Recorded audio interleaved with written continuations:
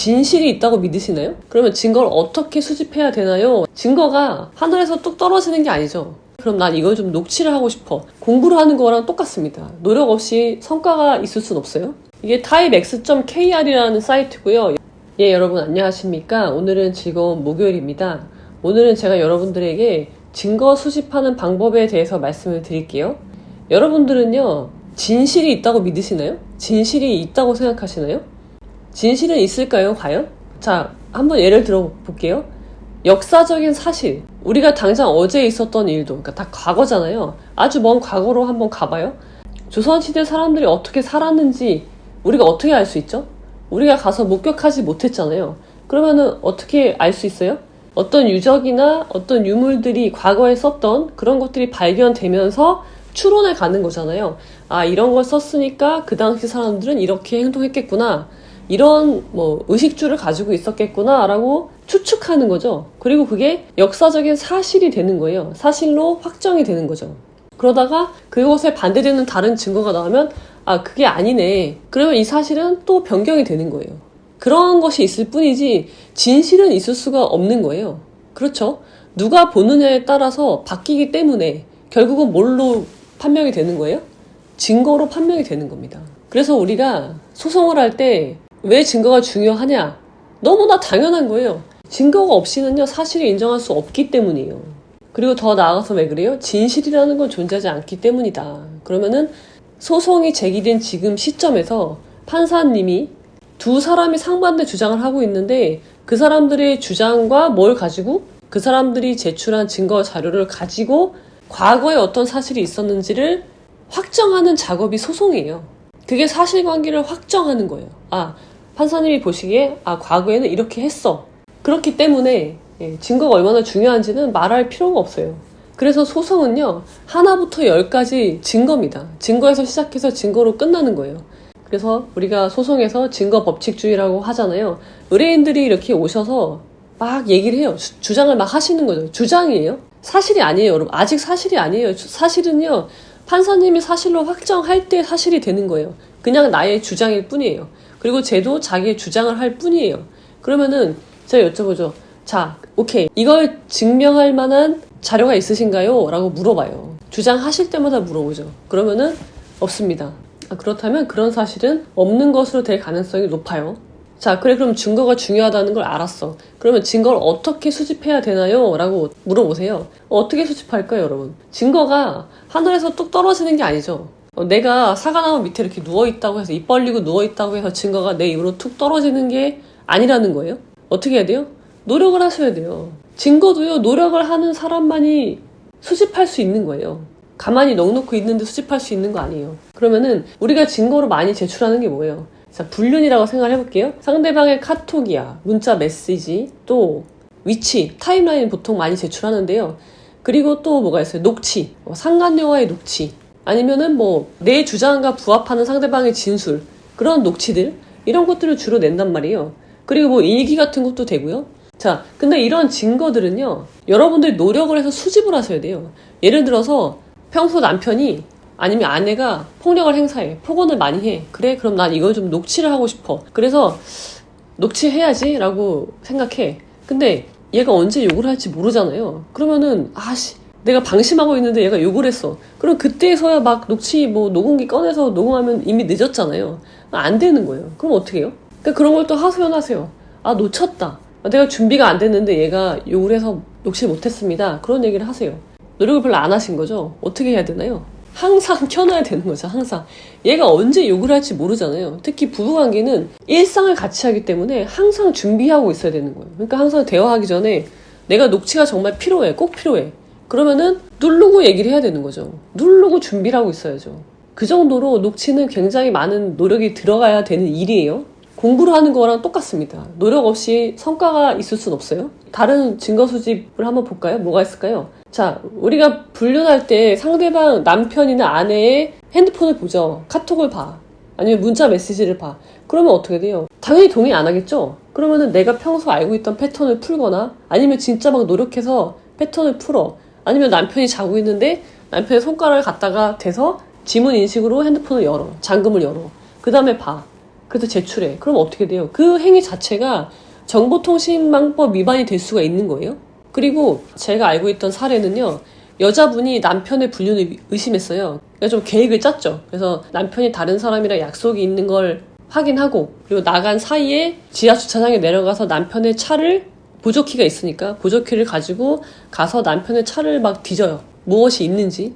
그리고 거기서 남편이 회사에서 쓰는 노트북을 발견하고 그걸 갖고 와서 또 노트북을 뒤지는 그런 행위를 했단 말이에요. 그럼 뭐가 될까요? 이거 자동차 수색죄로 처벌을 받아요. 그러니까 요즘은 가사 사건에서요 형사 사건이 같이 되는 경우가 많아요. 그 왜 그러냐면 무리하게 증거를 수집하려고 하다가 그렇게 되는 거거든요. 그래서 안전하게 증거를 수집할 수 있는 방법은 뭐가 있냐면 일기가 괜찮아요. 요즘 일기를 수기로 쓰기도 하지만 SNS에다가 그날의 심정, 그 다음에 사진 그런 걸 찍는 경우들이 있잖아요.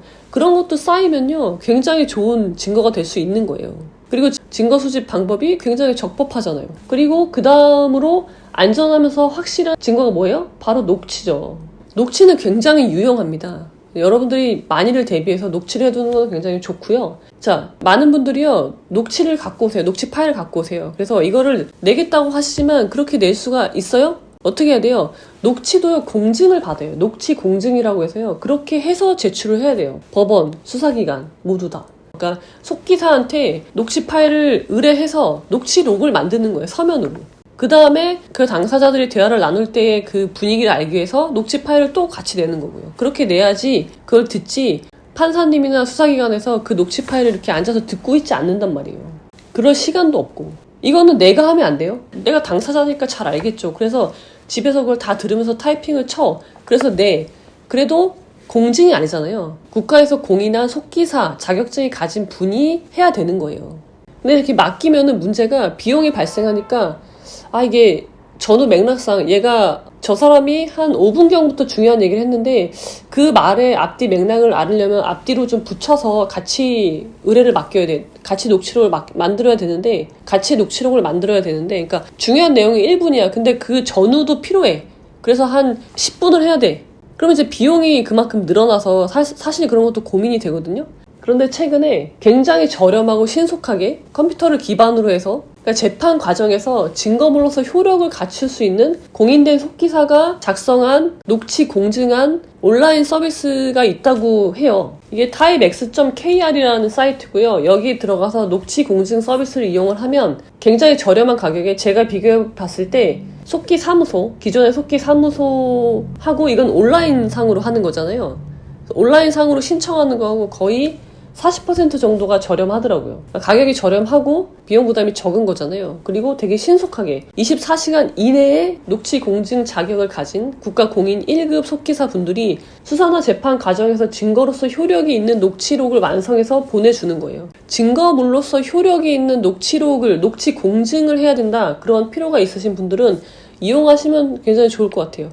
저희도 한번 이용을 해봤고 앞으로 모든 녹취 공증은 이곳을 통해서 하기로 결정을 했습니다. 제가 지금까지 그러니까 증거 수집하는 방법에 대해서 말씀을 드렸고요. 요약을 하자면 3가지죠. 첫 번째, 진실은 존재하지 않는다. 뭐만 있어요? 내가 증거로 입증한 것만이 사실로 확정되는 거예요. 그러니까 사실을 만드는 거예요. 재판이란 건 어려운 과정이 아니라 과거에 있었던 사실을 판사님의 시각에서 사실을 확정하는 것이 재판이에요.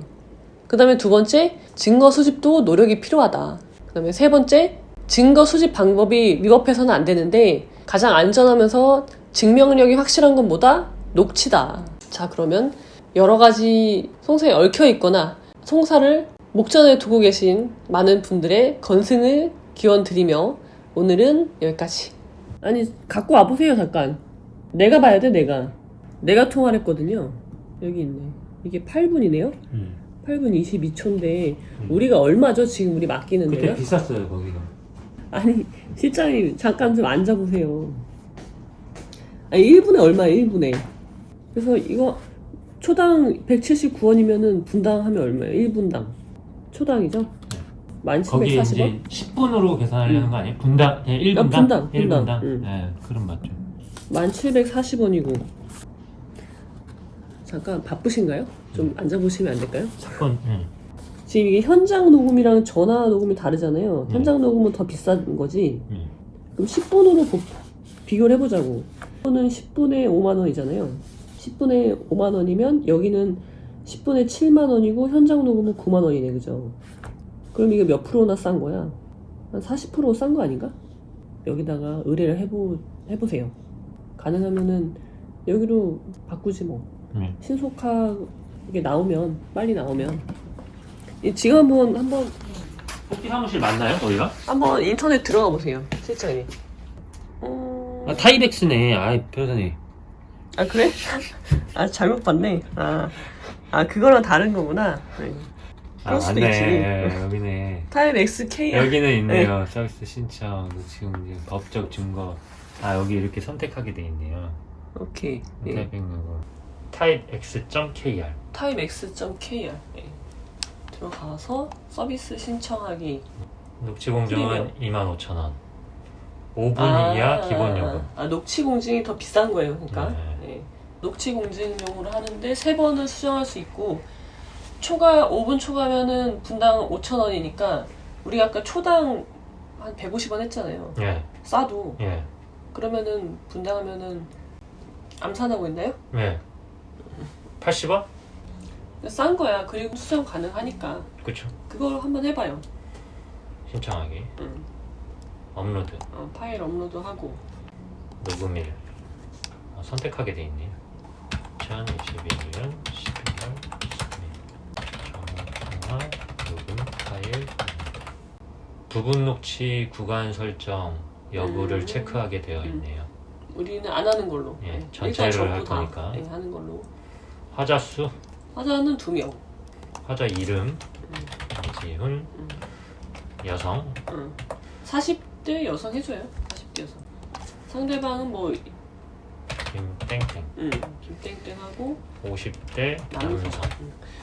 그러니까 이게 우리 맡길 때는 그냥 파일만 맡기잖아요. 그쵸. 이거 설명 안 해주잖아요. 네. 그러니까는 되게 듣는 사람이 구분하기가 좋을 것 같아. 네. 파일 표한 형태. 그거는 일단 저희는 한글 파일로. 네, 한글로 하고. 추임새, 숨소리, 말더듬 좋지. 기록할까요? 해주세요. 기록. 기록할 거면 체크를 해야 되네요. 네. 의뢰인 성함. 아는 변호사예요. 사무실로 하는 거니까. 잠깐만, 그러면은 언제 오는 거야? 입금 확인 후 24시간 내에. 그럼 빨리 입금해야 되겠네? 예. 내일 받아야 되니까. 예. 어때요? 편해요? 편한 것 같아요. 뭐 기업 고객 하면 더 할인해 주나? 견적서를 보내주시나 봐요. 그럼 그거 보고 예, 납부하면 그거 되고 보고 납부한 납부하면 때로부터 되고. 24시간이네. 예. 그 뭐 실제 업무를 하시잖아요. 예. 맡기잖아요. 예. 어떠신가요? 일단 전화하지 않고 온라인으로 맡길 수 있다는 게 좋은 것 같고. 화면 보고 한번 얘기해 주시겠어요? 예. 좀 일어나셔야 될 것 같은데. 일단 좀 무릎을 구부리셔야 될 것 같은데. 일단 전화로 하지 않고 음. 인터넷으로 온라인으로 맡길 수 있다는 게 좋은 것 같고, 다만 이제 그러니까 예를 들어 익명의 사람하고 통화하는데 그 익명의 사람 정보를 모르잖아요. 그럴 때는 뭐 화자 이름을 어떻게 해야 되는지. 아니지, 그건 익명으로 하면 되죠. 그냥 익명 처리로. 그러니까는 내가 볼 때는 난 되게 좋은 것 같아. 왜냐면 이렇게 안 하거든. 이렇게 정확하게 쓰면 나도 보니까 40대 여성, 50대 남성 그렇게 하면은 목소리가 다르니까 예. 그렇게 알면은 좋을 것 같아. 예. 메일 저희가 방금 들어왔네요. 메일 왔네.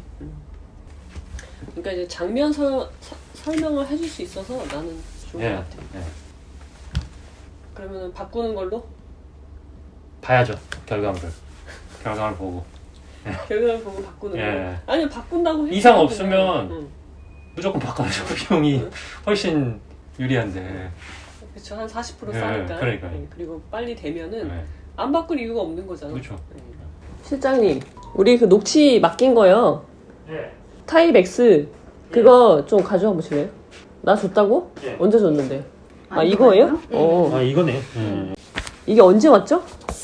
당일 나왔나? 네. 원래는 24시간 이내잖아요. 그쵸. 근데 당일 나왔었어요. 바로 와서 우리가 이거 수정했나요? 좀 수정 요청 한 거잖아요. 네. 수정했어요. 어때요? 이거 뭐 우리가 한 번 수정 요청했죠? 그쵸. 예, 저희가 한 번 수정 요청했고 그러니까 우리가 오전에 다 신청했는데 그날 그날 바로 왔고 네. 그리고 우리가 수정 요청 한번 해서 다시 해서 그날 또 온 거잖아요. 네, 맞아요. 그러면은 당일날 되는 거네? 그쵸. 네, 그쵸. 당일날 되는 거죠. 어때요? 좋은데요? 좋아요? 바꿔요? 바꿔야죠. 네. 그럼 바꾸는 걸로. 비용도 저렴하고 응. 네, 빨리 되니까 응. 좋은 것 같아요. 이게 뭐 수정 요청 횟수 제한이 없대요. 아 그래요? 네, 그냥 원하는 대로 너무 많이 바꿀까봐 그렇게 써놓은 건가? 그냥 기본적으로 그렇게 쓴 것 같고 확정해줄 때까지는 계속 수정을 해준다고 하더라고요.